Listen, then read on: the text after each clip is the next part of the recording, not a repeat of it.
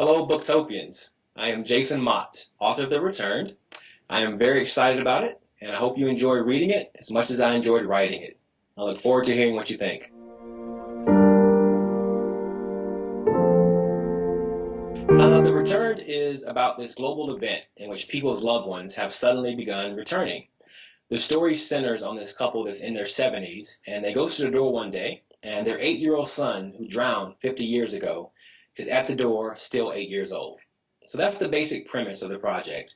It's this large-scale event in which all around the world, people's loved ones who have passed away are suddenly returning, and people are trying to figure out how to deal with it. They're trying to understand how they feel about it emotionally. And I think that readers can really expect a story about people, a story about interactions and connections, and about loss and if we ever actually get past certain things in our lives.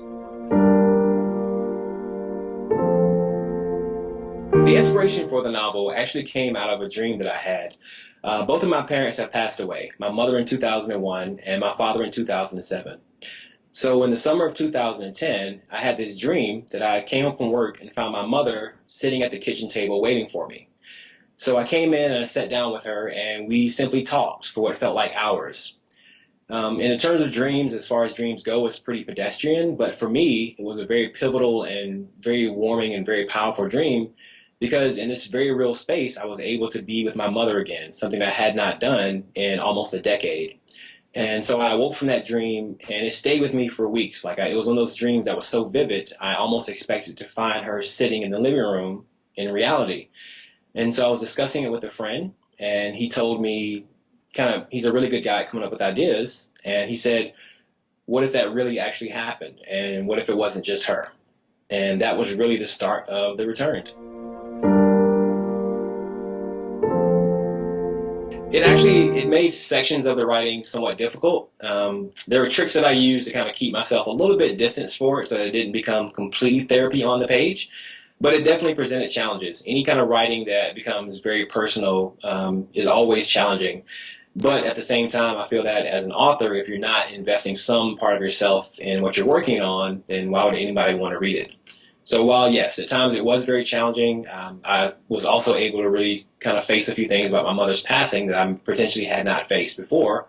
And I think that in the end, that's one of the great things about writing is that you can really find parts of yourself, even as you help people come to the page and discover something new. Loved ones who lost them 10, 20, even 50 years ago. Sure. When I was researching the book, one thing that I did was I went around and I talked to a lot of people and just posed this hypothetical question. I said, if someone that you knew and you cared about that had passed away suddenly showed up one day at your door, how would you feel about it? And in almost every occasion, the initial reaction was always the same. Everyone is very excited about it. They said that they would really love to be reunited with this person. And so they have that reaction of it being a really warm, really blissful moment. So I then followed up with a second question, which became, okay, so imagine it's a year later and this person's still in your life. Are you still as excited? Are things still as easy and as wonderful as they were? And that's when the answers rather, became rather complicated because oftentimes people would kind of think about it and they're not the person they were when this loved one passed away. For example, I'm not the same person I was in 2001 when my mother actually passed away. So if she showed up today, how would I really feel about it? Initially, there would be excitement. But 6 months later, maybe her and I would not see eye to eye on certain things. And I think that it would become a much more complicated kind of situation. So I took that into account in the writing of The Returned. I tried to incorporate this idea of what happens when people pass away. I think that in a very real sense, people become time capsules for sections of our life. Whether it be childhood, the 20s, friends that we have, things of that manner. So when those people return all of a sudden, it's as if they bring back a section of our lives with them, but that section of our life may not necessarily fit with who we are now. So the book tries to explore these themes as well.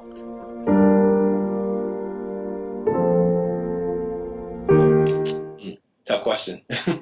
Lots of different challenges. I think the hardest thing for me was trying to find the balance between writing and storytelling. I think that's one of the challenges as writers that we all kind of struggle with.